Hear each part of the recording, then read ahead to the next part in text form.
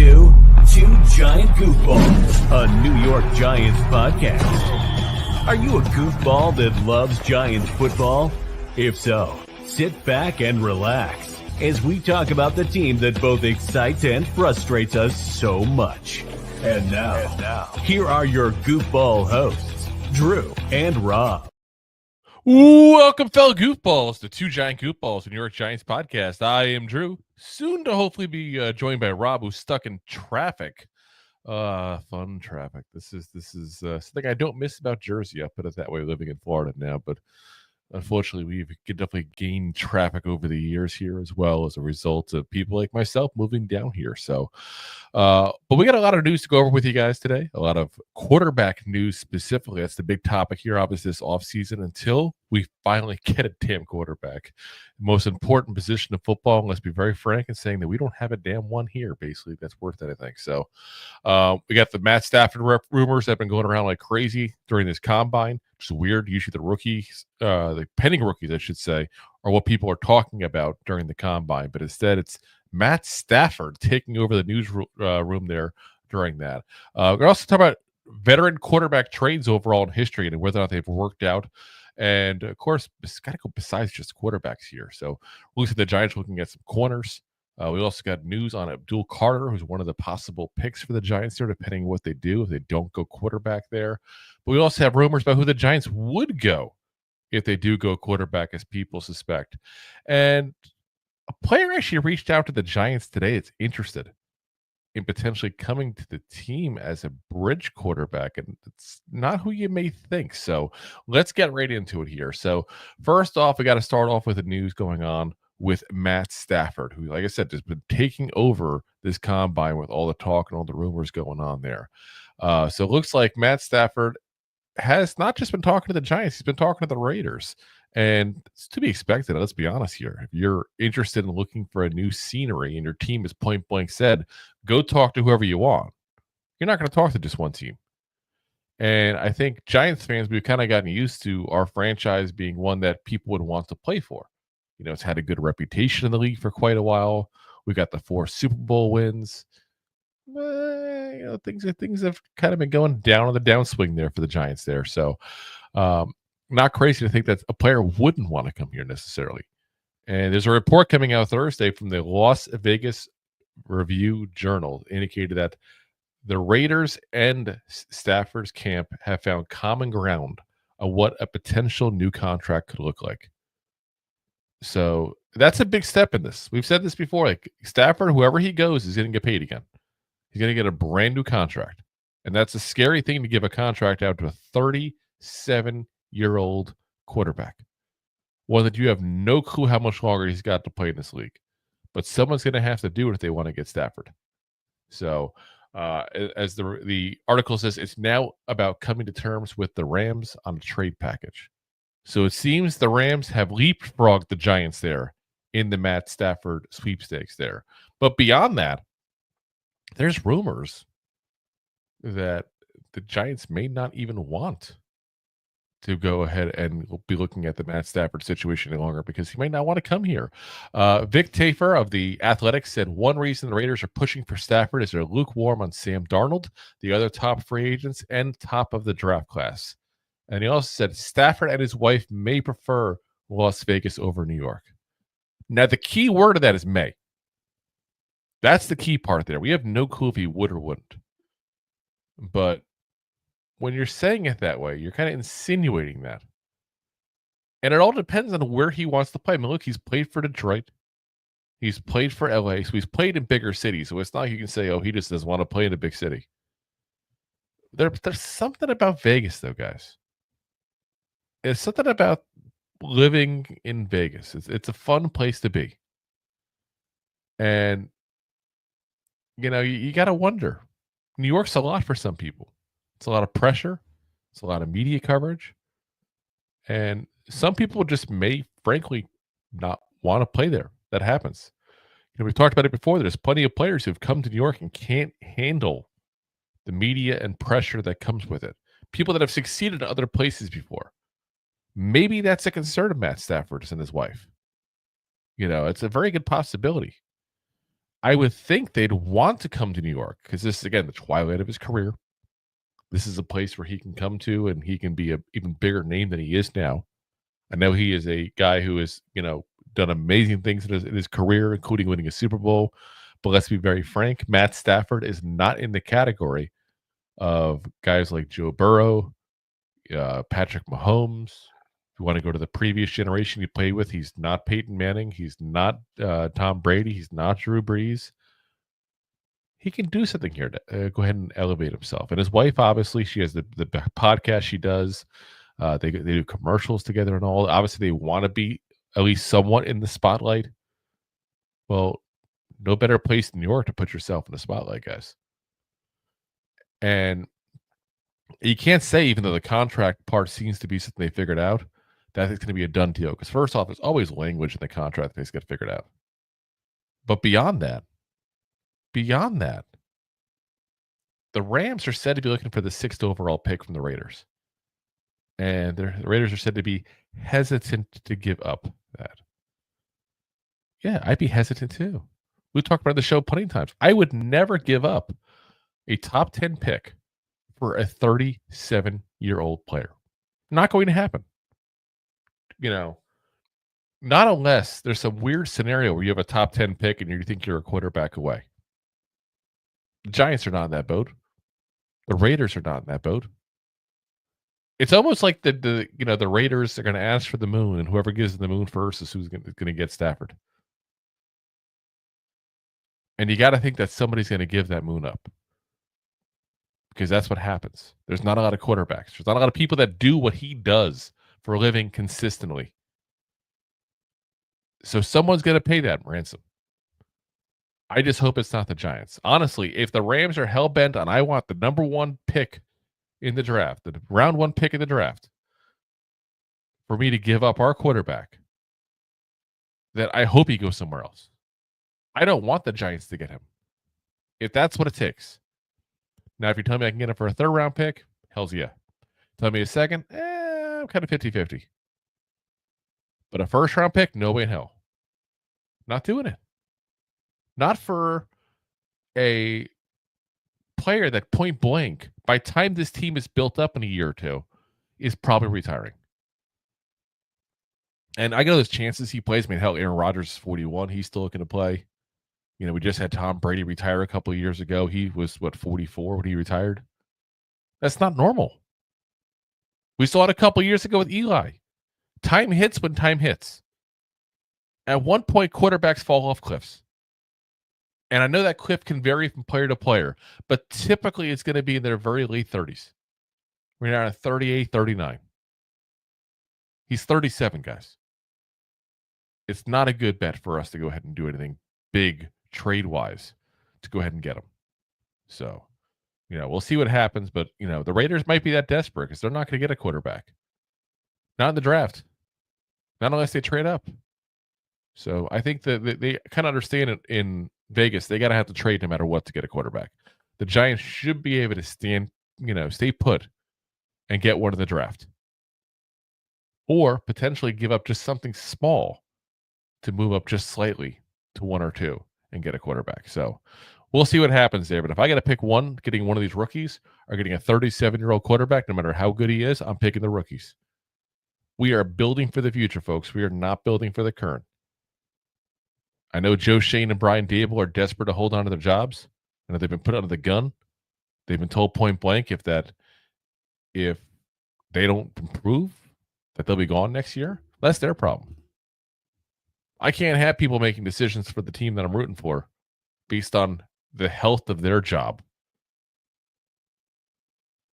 And I've said it before and I say it again. If we do a big package for Matt Stafford, that is a surefire sign that they're coaching and making moves to this roster out of fear of what's going to happen in the season.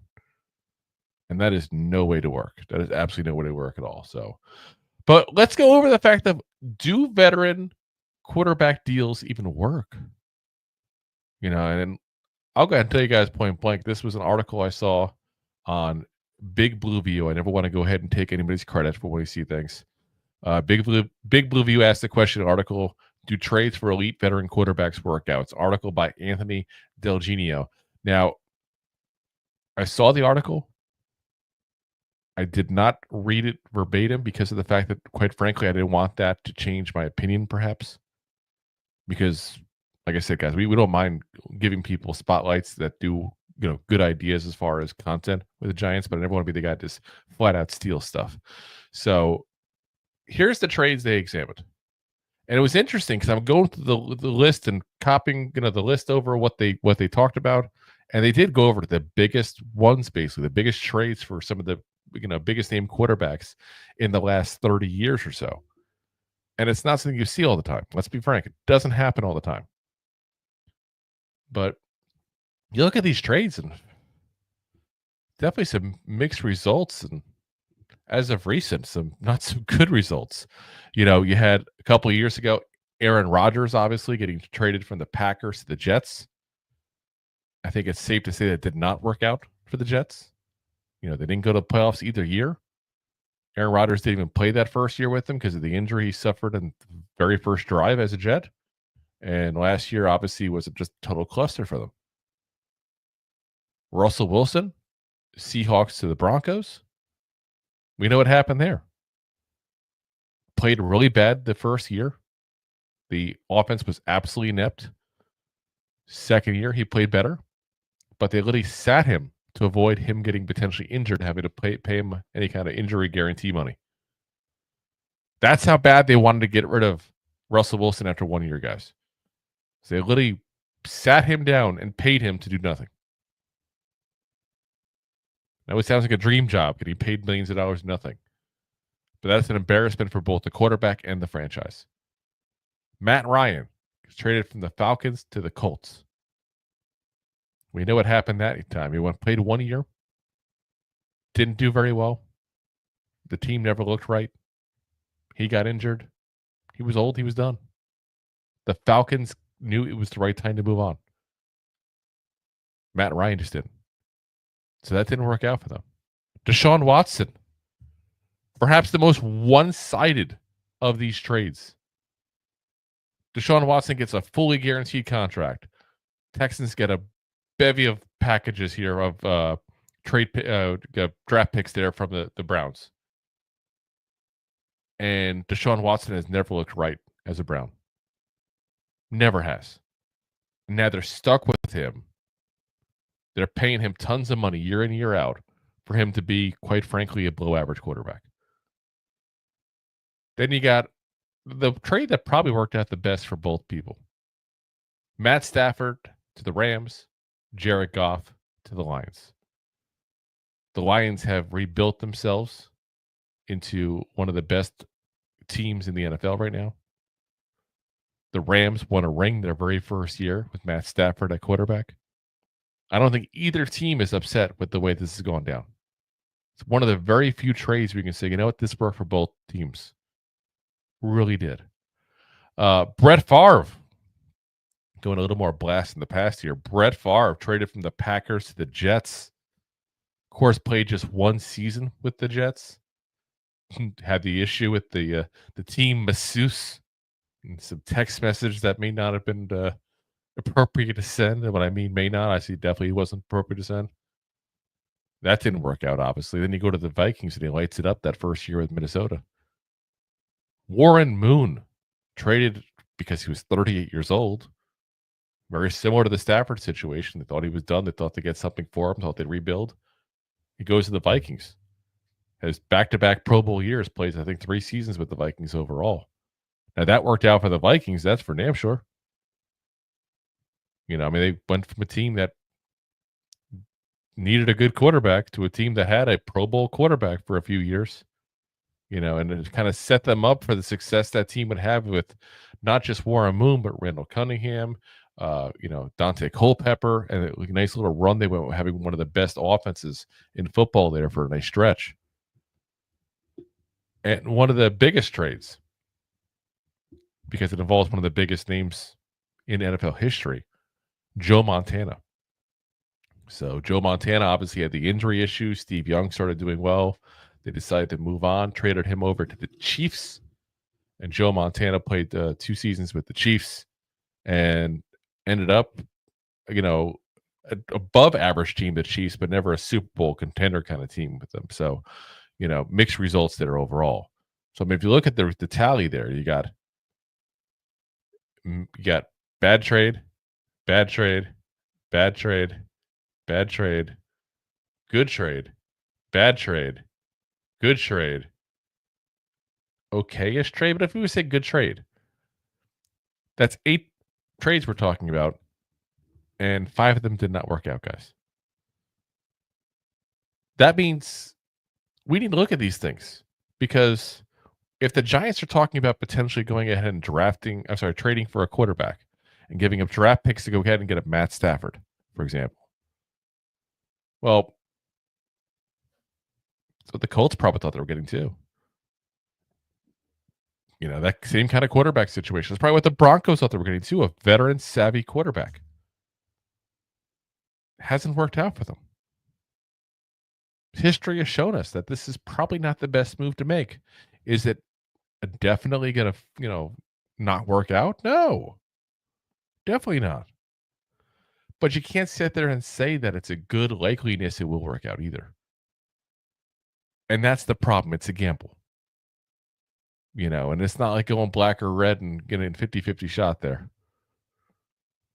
It's putting a gamble on something, giving up value in this draft coming up, which is a deep draft, by the way. So even if they're 8-round picks that you're giving up, those picks are going to mean something. Then you're literally putting those assets down for a player that chances are won't work out for you, because that's what history tells you.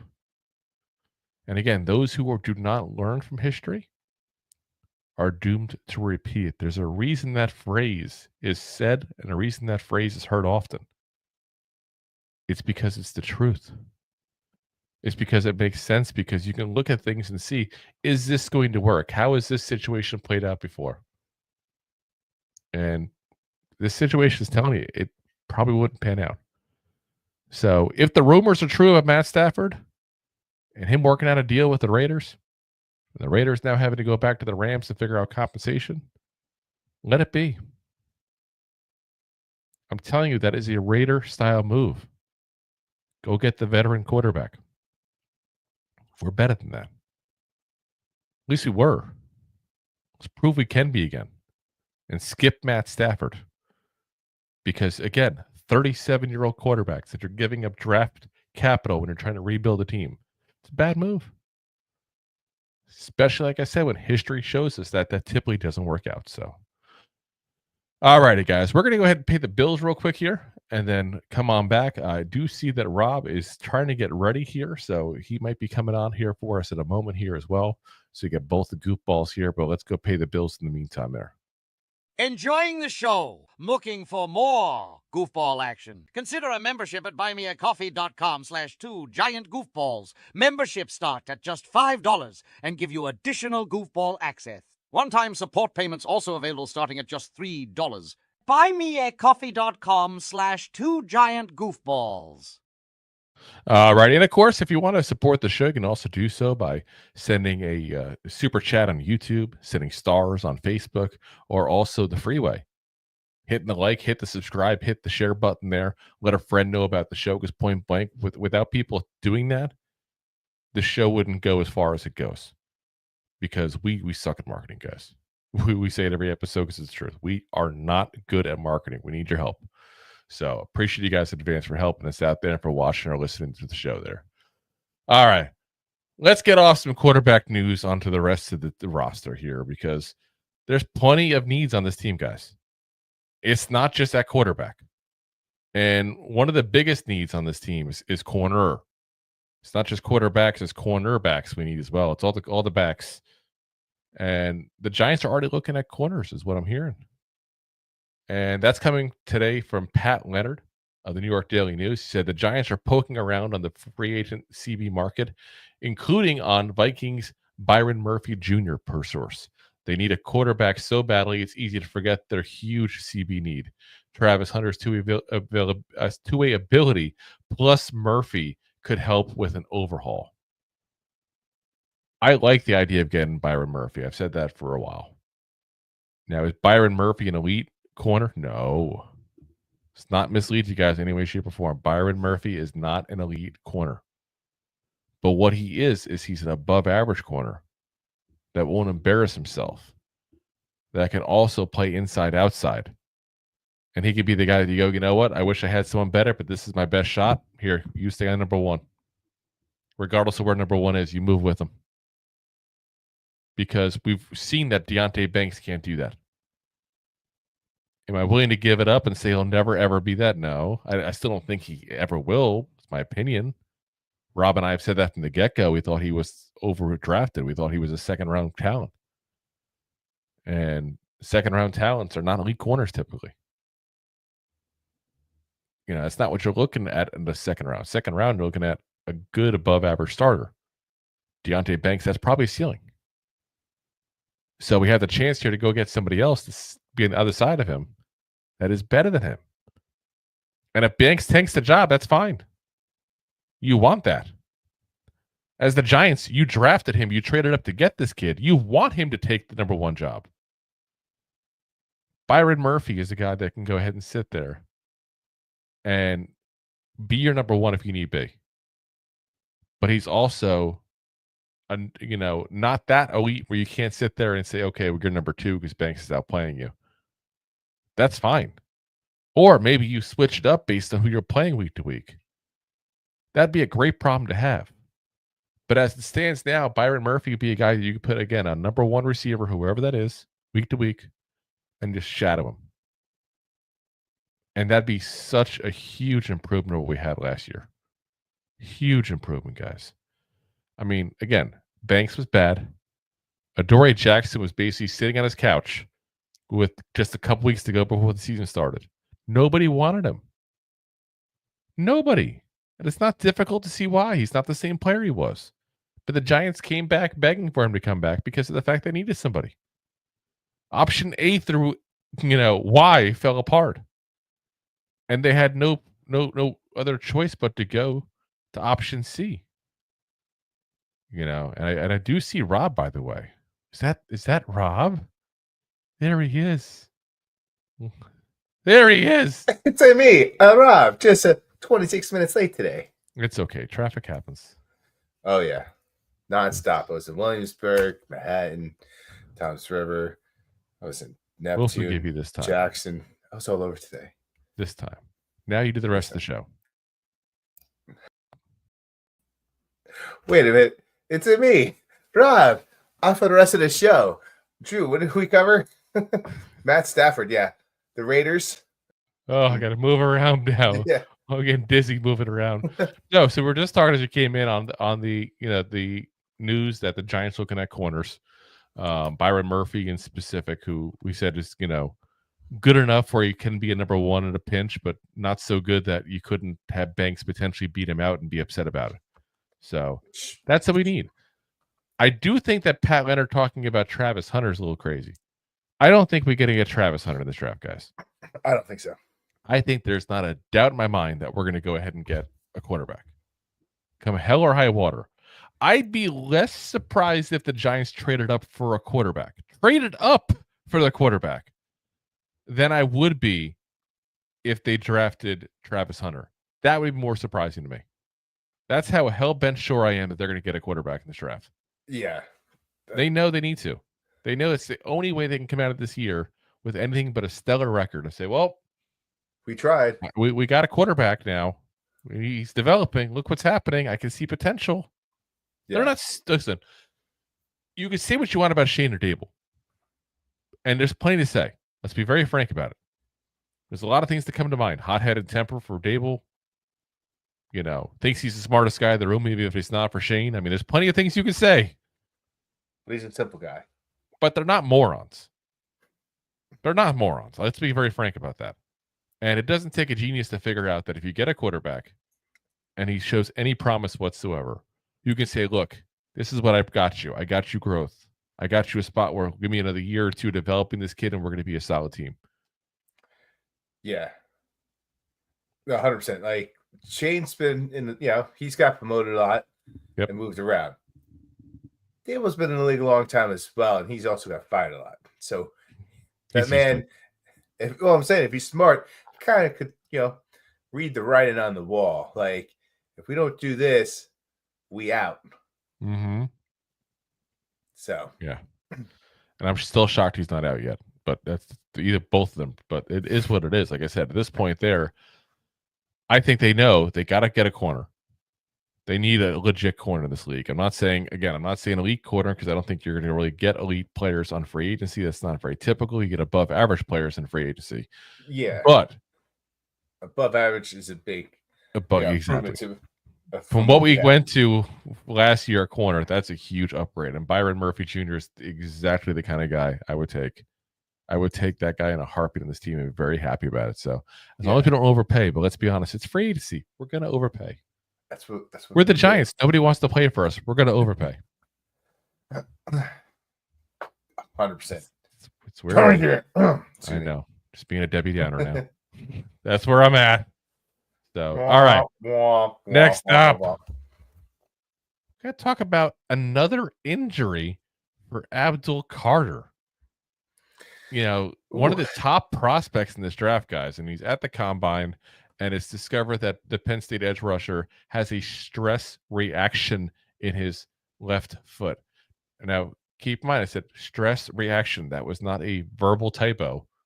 That's an actual medical term, apparently. Yeah.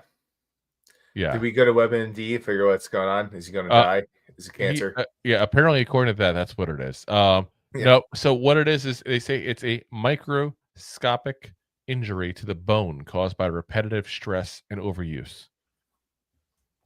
That's, guys, he's already sitting for the combine, and not because he just doesn't want to do the combine. This is not a Shedeur Sanders situation, but because he wants to go ahead and rest up his shoulder that he's still healing from the injury during the Fiesta Bowl. So now he's got 2 injuries. And one of them is a stress reaction at 21 years old. Let me just be the one to assure you, as somebody who is literally twice this kid's age, which makes me feel old as hell. If you think you hurt now, just wait. Yeah. Just wait. There's plenty more time to be hurt. Again, I'm not a doctor. I don't pretend to be a doctor. I've never sat here and tried to say, oh, I know all about this injury. Like half the time, like you said, Rob, we're WebMDing this stuff. But if you're telling me at 21 years old, you hurt your shoulder, now you have a stress reaction in your foot, which, let's be very clear, is a very important part of the body, your foot, especially playing football. Yep. It's like you're on it all the time. It would give me some pause. Is that going to give you some pause, Rob, as far as like thinking he's like a top talent now? Like, are you worried what's going to happen to this kid at 25, 26? If he's already getting stress reaction in his foot at 21? While dealing with a shoulder injury? I'm not the biggest concerned about the stress reaction because you can't give it the term stress fracture. So yeah, it almost sounds like it's a shin split on your foot. Like, you know what I'm saying? Like that's what happens when you run a lot. Like, is it from constant stopping on being, as big as he is on the, I would have to do more diving, but the shoulder thing is something that sometimes just doesn't heal right overall. And it's something that could be recurring through his time in his career. I am looking up more on this as we're talking here, because again, I don't pretend to be a doctor, but I want to make sure I'm giving you guys accurate information here. So it says it's a mild injury to a bone in the foot, usually caused by repetitive stress from activities like running or jumping, where the bone is experiencing micro damage without a full fracture, often presenting as pain, tenderness, and swelling in the affected area, especially when weight is applied on the foot during activity. This is considered an early stage of potential stress fracture if not properly managed with rest and activity. So that's interesting, because you got literally a situation where a guy is working probably his you-know-what off right now, his gluteus maximus, his tragus, his backside, his buttocks, because he wants to look as good as he can when he has his pro day, because that's probably what he's going to do with his stuff. And that's when he had it. It does make you wonder, is it just a case that he's just working too hard to impress them because he wants to be the number 1 overall pick? And that's where you really need to talk to medical people. Yeah. And that's kind of like when you said like the reaction like that, it sounded to me like, shin splint. And that's what this really sounds like now. It's just like an overall like overuse of the, of the bone, constant pounding, constant being on it. Like that's something that you hit it on the head. Like it's been a talk since the Super Bowl. Like this guy should be number 1. Like everyone for what a good defensive line looks like. What what's like to have a good defense.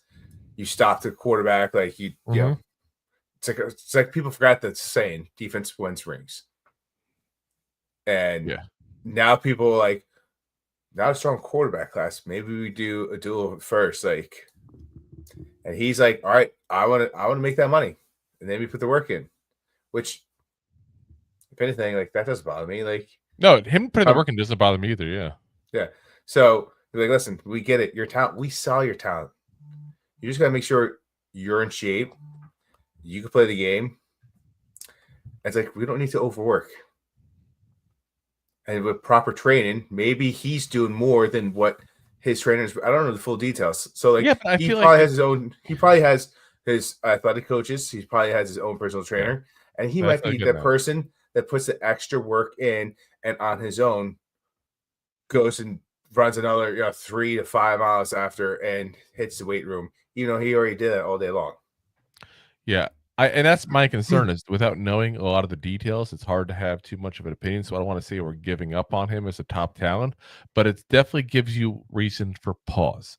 Now, when it originally broke, it was broken by Adam Schefter, who just, breaks everything along with Ian Rappaport. Just like this guy's foot. Yeah. Wow. It's not a break. It's a reaction. It's a micro.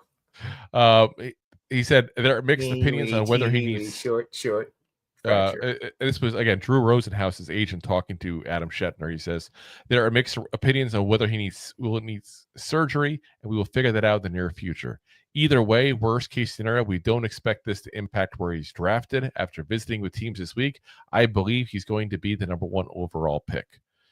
Now, you take that with a grain of salt, but it's Drew Rosenhaus. That man would lie and cheat, steal to the Pope at that point if it got him $1. I'm sorry. He's that guy.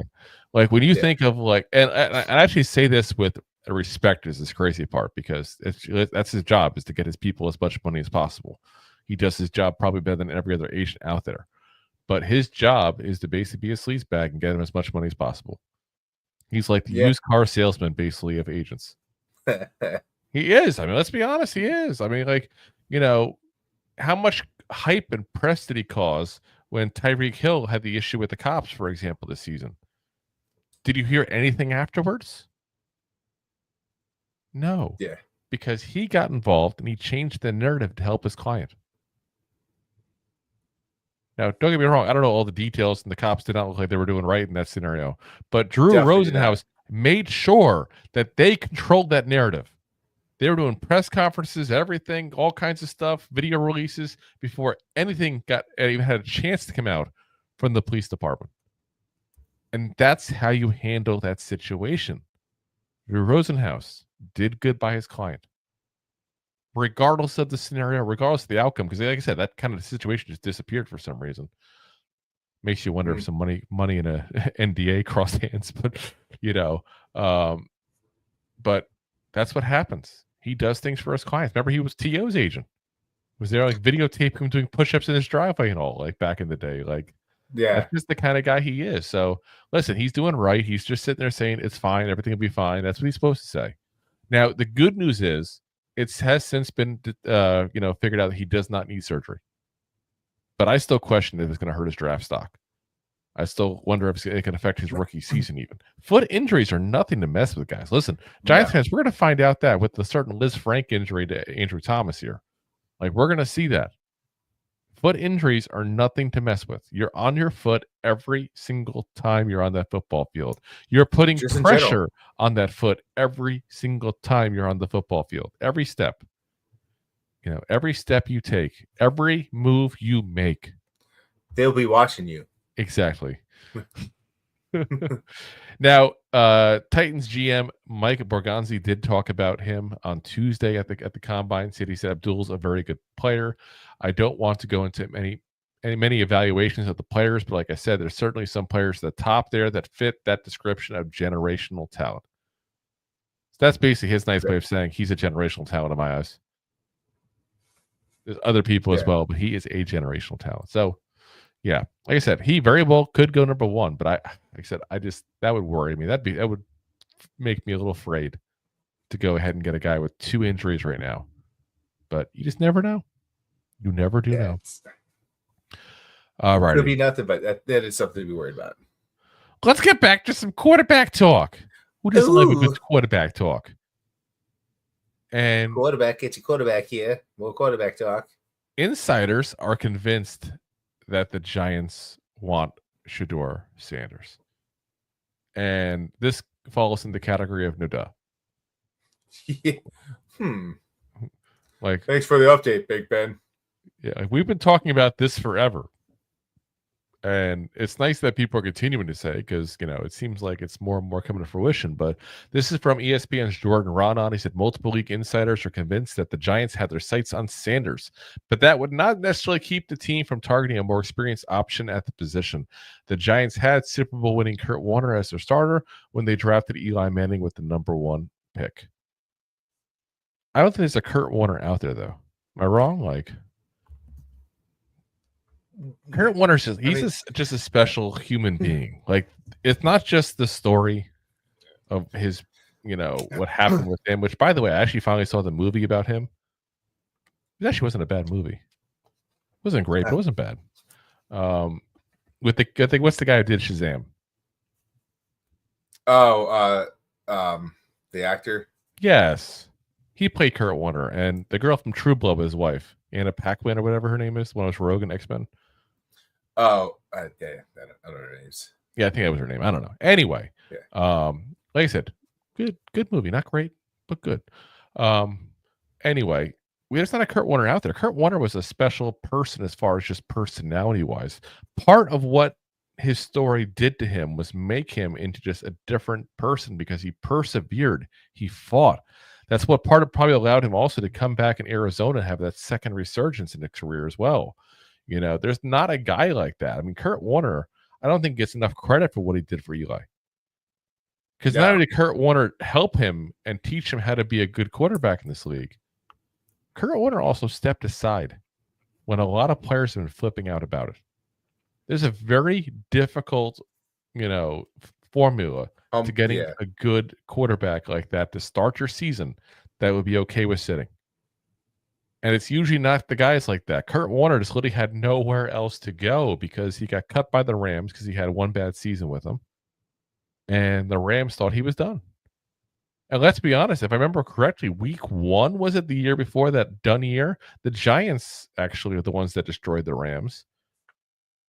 And I remember it going, oh my God, the Kurt Warner, the magic's gone. Like there was just something gone out of him at that point there. But I don't know. I don't see a guy like Kurt Warner out there. And I see some of them that are similar personality-wise without the talent. Or I see guys that are similar talent-wise without the personality. So by the way, I am looking at the numbers now. Yeah, he played week 1. He was actually, his stats weren't as bad as I remember. Oh, he got sacked 6 times. That's what it was. I remember there was something atrocious. It was week 1 of the 2023 season at Giants there. 34, 54, 342, 1 touchdown, 1 interception, but sacked 6 times. And he fumbled 6 times too. Nice. Yeah. Like I said, I remember, it's weird I remember that game.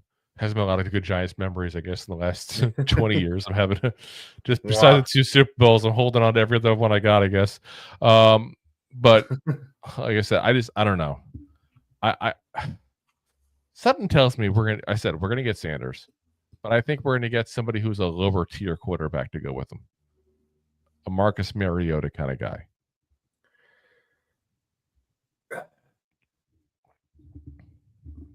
I've just never been a fan of that guy. I'm not a fan of him either.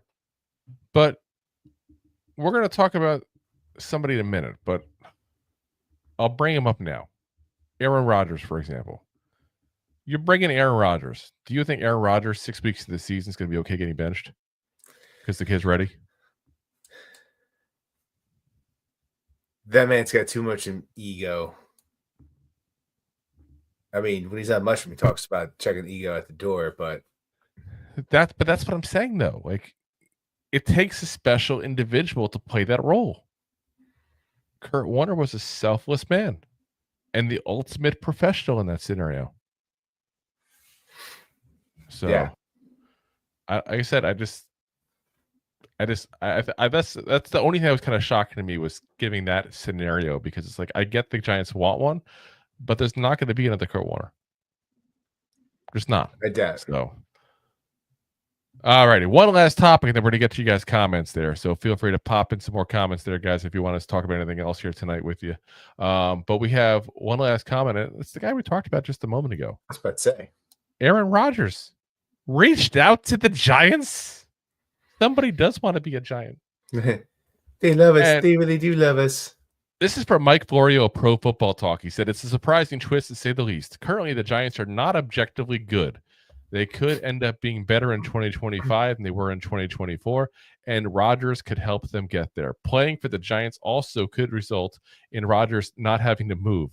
It's unclear whether the Giants would be interested in Rodgers. Yes, he could be better than other options they'll have, especially if he'll take less cash in order to stick it a little bit to the Jets, who didn't want to keep him. But Giants fans who witnessed his 2 years with the other team in town might not be interested in signing up for a year or two with a guy whose star is fading. Like I said, I just thought the whole thing is interesting. They're saying Rodgers literally reached out to the Giants, is what they said in the article. Now, here's my first thing. I don't know what kind of conversation can be had right now, because to the best of my knowledge, Aaron Rodgers is still technically a Jet. He has not officially been cut, and I've seen articles saying Jets cut him on the day that they told him they were going to move on past him. But I've yet to see an actual legitimate article saying Jets formally put the paperwork through and cut Aaron Rodgers. Yeah, and if that's the case, he's still a Jet. When that being the case, you're a Jet forever. When you're a Jet to the end. But here's the thing: is that you can't talk to players under contract without permission. Now, did the Jets give permission? Did the Giants have to do things very, very vague? I don't know. Was it hypothetical conversations, like that kind of thing? Like, hypothetically, if you were to come to New York, how much money would you want? Like I don't know. I don't know what conversations were had like that, and I'm not going to pretend to. But it's an interesting part of that, because if he's still under contract with the Jets and there's not permission from other teams to talk to him, that opens you up. That being said, it's like, I don't know. We're not going to get Stafford, I think. No. Based on the news you're hearing today, like I said, Stafford is already agreed to a contract framework with the Raiders, and the Raiders now talking to the Rams. And again, I don't think it's the right move for us anyway. Yeah, we're better off. Is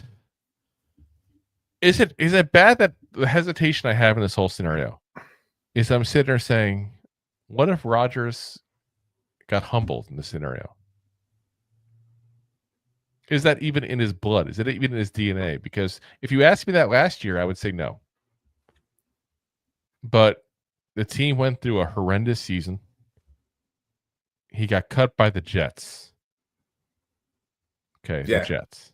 How the money has fallen. Yeah, that's bad. That's that's like the equivalent of not being able to pay a bill at the Dollar Tree. It's embarrassing. Yeah. So, has that humbled him? Would he change? Would he respect Dable? Would he go into the season going, this is probably my last season because nobody else wanted me? Let me end it right. Yeah, very well could be.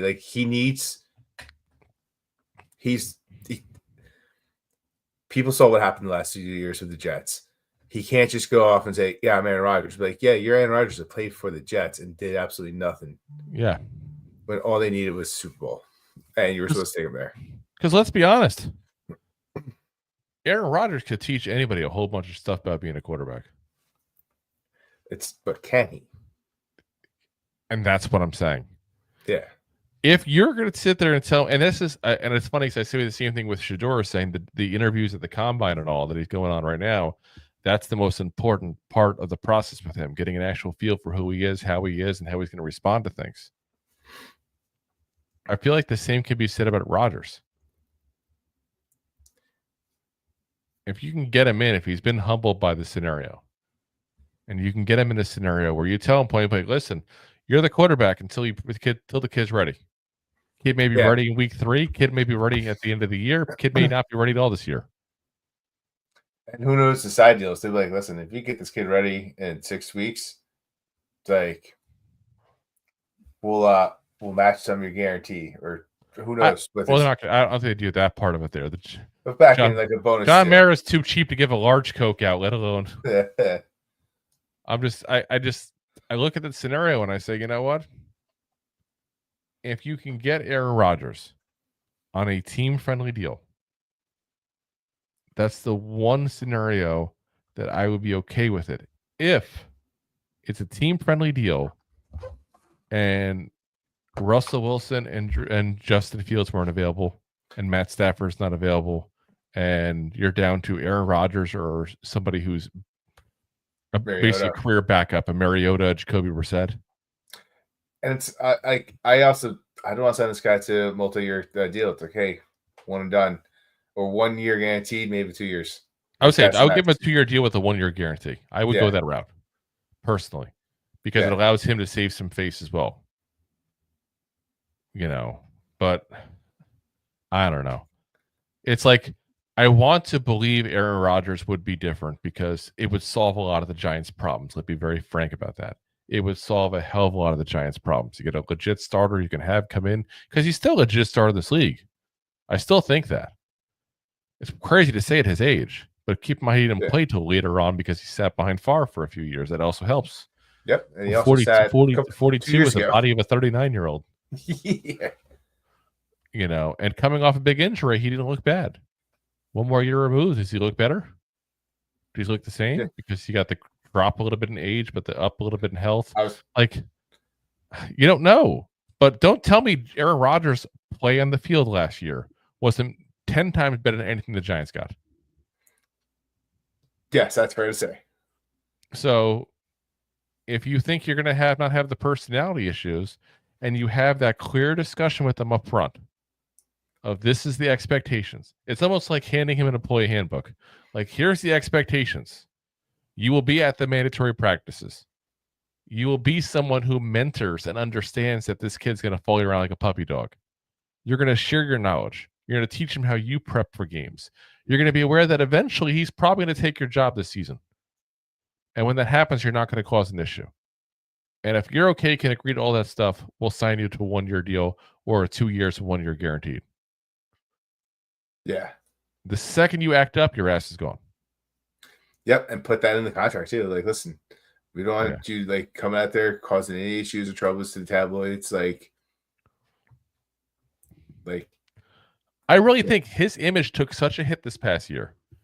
And let's be very frank, he doesn't look like it at times, especially with his haircut and the stuff he is. Like, he's not the trendy guy, but he cares about how people perceive him. Yeah. He really does. And he's not being perceived very well because of all the BS he's been pulling. And sometimes that changes a person. And sometimes, quite frankly, it changes them for selfish reasons. Yeah. Or sometimes they double down. Yeah. Like, sometimes I was a-hole before. Watch me now. Yep. Watch me nay. But sometimes they just fake being good for a year just to go ahead and rebuild their image. And I don't even care if it's real or fake. I just care that it happens. I don't need him to be a changed person. I don't need him to be a great person. I don't care about him like that. It's a 1 year deal. Not to be cruel about it. Like, I hope he does better himself and get visited by 3 ghosts of Christmas past, present, and future. But Fruitcakes for everyone. In the end, it's not going to change my life either way. Yeah. So, like I said, we'll see. I think it could be worse. It could be worse. All righty. Fruitcake. Get your fruitcakes, yeah. So we have Jay in here saying, "Who's ready?"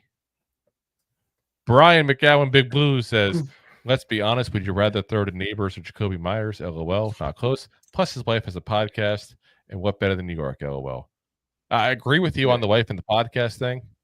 I would agree with you on the Neighbors thing, but I would also ask you this: would you rather throw to Neighbors and Theo Johnson or Jacoby Myers and Brock Bowers? You can't ignore that. That guy literally broke the rookie receiving record as a tight end. That's impressive. Yeah. I mean, that record lasted a whole year. But still, before that, it lasted how many years? It's like, it did hold for a while. You could make the claim that not only was that the best tight end season ever, but you can say it's potentially one of the best rookie seasons of all time, regardless of what position. That's how legit good that season was for him. Yeah. Jay says, "Drew is cooking. When is Rob coming through?" Oh, don't worry, I came through.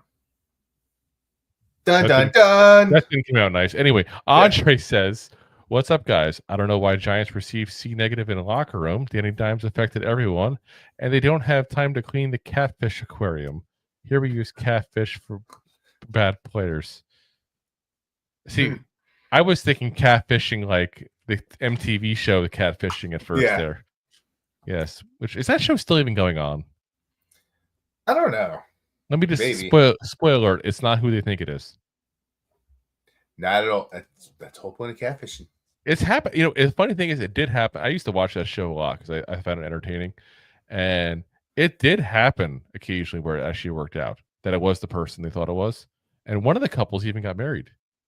Oh, yeah, I do remember that. I've seen that. Yeah. The guy was just like embarrassed because he wasn't financially well. So he was like, he didn't want to like actually meet her until he was more stable. It's one of those kind of scenarios. Anyway. It's a lovely love story. The Giants received a C- in the locker room. It wasn't the locker room as far as the players and the collective of the players. It was the locker room conditions themselves, though. That's what they were referring to. And, like these pee stains on the urinal lasting for a couple of days. I don't think that's what they meant. I hope not. But I mean, it's everything. It's what kind of facilities is it overall? How nice is the locker room? How clean is it? What's the amenities in it? That kind of stuff. So, listen, medium coach for everybody. Hey, Money Mike says, "I much rather draft money. Or Sanders, sign Rodgers, Wilson, or Fields for a 1-year deal, and I'll keep all our picks than pay Stafford $150 million and lose draft picks." I am 100% with you, Money Mike. Agreed. You are on the money, no pun intended, or is it?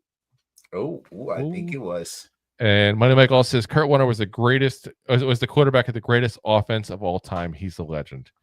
Absolute legend. Like I said, especially the story of it, like I said, of what happened to him and how he basically gave up on football and kind of forced himself back into it because he thought he'd be able to help support his family. And next thing you know, he's back in the NFL.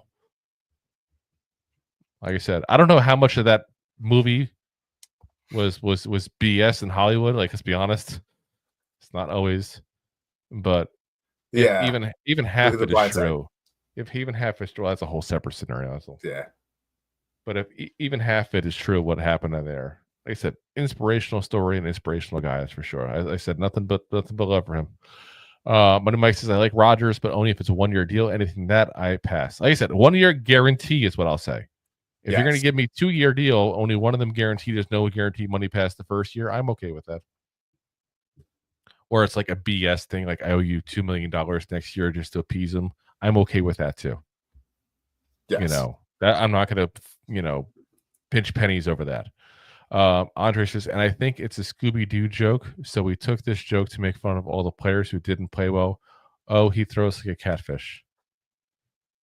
I must have missed the Scooby-Doo joke. Yeah, it must have been a translation thing. Yeah, let me know. Let me know. Money Mike says, I like Fields as our back. That would be a great backup, but I still think he wants to prove he can be a starter. I think Fields is the one guy you give a chance to be the starter. Yeah. All the guys we're talking about, he's the guy that I would say point blank. You're not a bridge. You and Sanders are going to fight for this job. And whoever plays better gets the job, point blank, regardless of how much money we're giving you or how high we're drafting Sanders or Cam Ward or whoever we get. Point blank, I would make an open competition.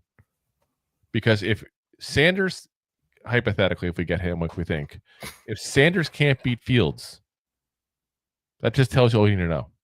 100%. Or it tells you all you know about Fields, that he's playing better.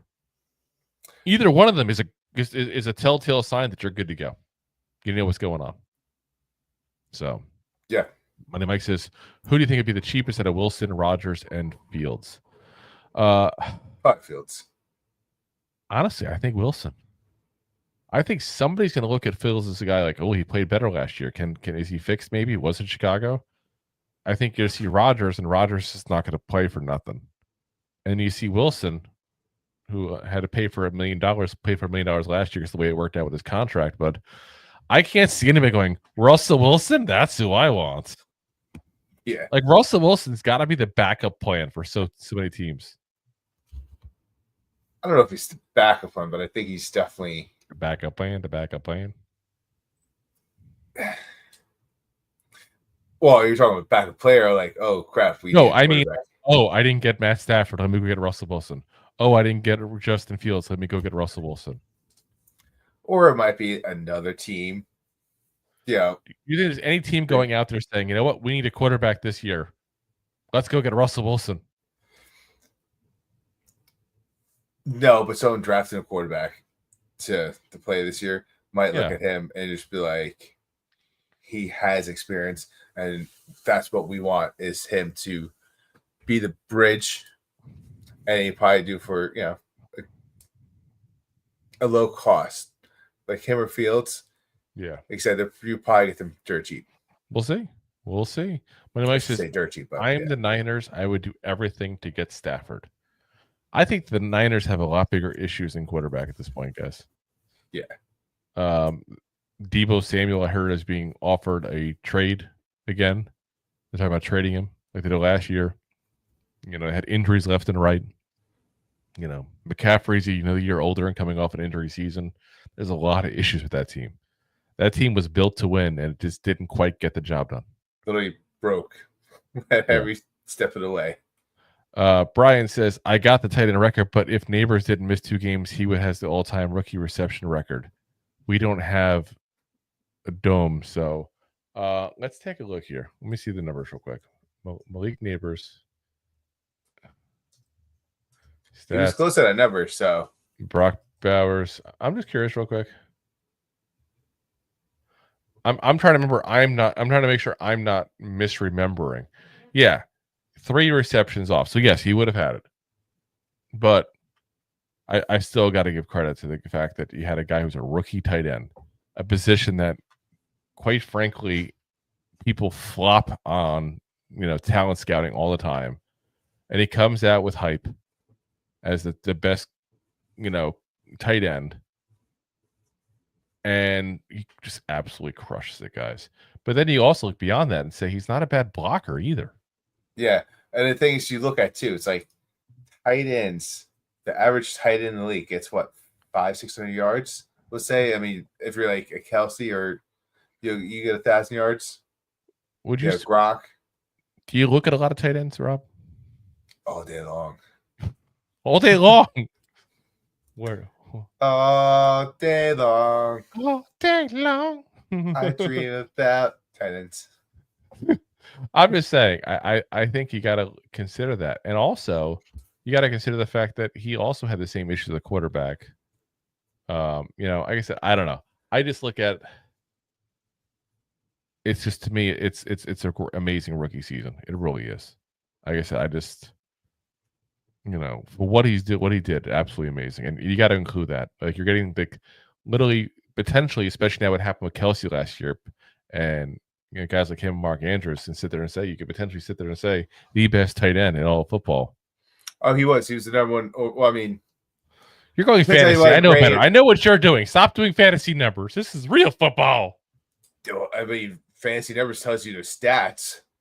When you're talking stats on it, when he It has gives you the receiving stats. it gives you touchdowns too, because that's points. Just saying. And it also gives you drops, because you lose points. Just saying. That's receiving. I don't know. Like I said, to me, like I said, amazing year for him. I mean, literally was most receptions, most receiving yards on all tight ends. Was 9th overall in receiving touchdowns amongst tight ends. And you throw in the fact that he was a damn good blocker too. Yeah, But and that's something you gotta look at, because like you think about like Kelsey, he's not the best blocker. He's No. good. I mean, No. Andrews is a little better than Kelsey, but like he's also not the best. But he does get in there. Yeah. Yeah. So But- as Money Mike says, Bowers is the best 10 in the league already. Yep, like you said, Yep, I agree with him. It's a valid case. So And I had him in fantasy last year. Still, eat it, Drew. I wasn't know. playing against you in fantasy. Sushi. Okay. It wasn't enough. I only took second place. Womp. Anyway, guys, that's going to call it a night for us here today. So appreciate you guys for watching. As always, again, we'll be back again next week for you guys on Monday. Hopefully we have some more news on the combine. I think over the weekend, some more stuff's going to break probably as far as the Giants, who they talked to and why they talked to them and what they said and that kind of stuff. Hopefully nobody pulls a Des Bryant and asks them if their mom's a hooker, but we'll find out. You never know. Was it Des Bryant they did that with, right? I think so. Oh, my gosh. That's insane. I heard that. I'm like, imagine being asked that in a job interview. Was your mom a hooker? What? How is that relevant to this topic, first off? And how is that ever appropriate? I don't know. Was yours a hooker? Like, whew. I would ask that question back. I'd be that jerk. But Yeah. like I said, I think it's not appropriate, but what you're doing is seeing the guy's reaction, how he handles. Yeah. Awkward. I get it. That's an HR nightmare. Where's HR? Yeah. NFL HR. But like I said, hopefully some non-hooking comments come out of the combine there later on. And of course, we'll give you guys all the latest news that goes on here over the weekend as well. So again, we'll be back Monday for you. As always, we are live every Monday, Wednesday, Thursday, 9 p.m. Eastern Standard Time. As always, live on YouTube, Facebook, Twitch, Twitter, and of course, Rob's favorite, my LinkedIn profile. And of course, as always, we're available on all the audio podcast platforms the next day, 5 o'clock usually is when it'll drop there on Spotify, Apple, iHeartRadio, Pandora, Amazon, all the big ones there. So if you haven't already, hit the like, subscribe, hit the share button there, tell a friend about the show. And that means both the audio and the video. So you never know what you're going to be moved for that day. So appreciate you guys for watching as always. And as always, Giants fans. Go Demon! Go Demon! Thanks for listening to Two Giant Goofballs, a New York Giants podcast. We appreciate your support. Thanks so much. Please, I'm begging you. Please subscribe.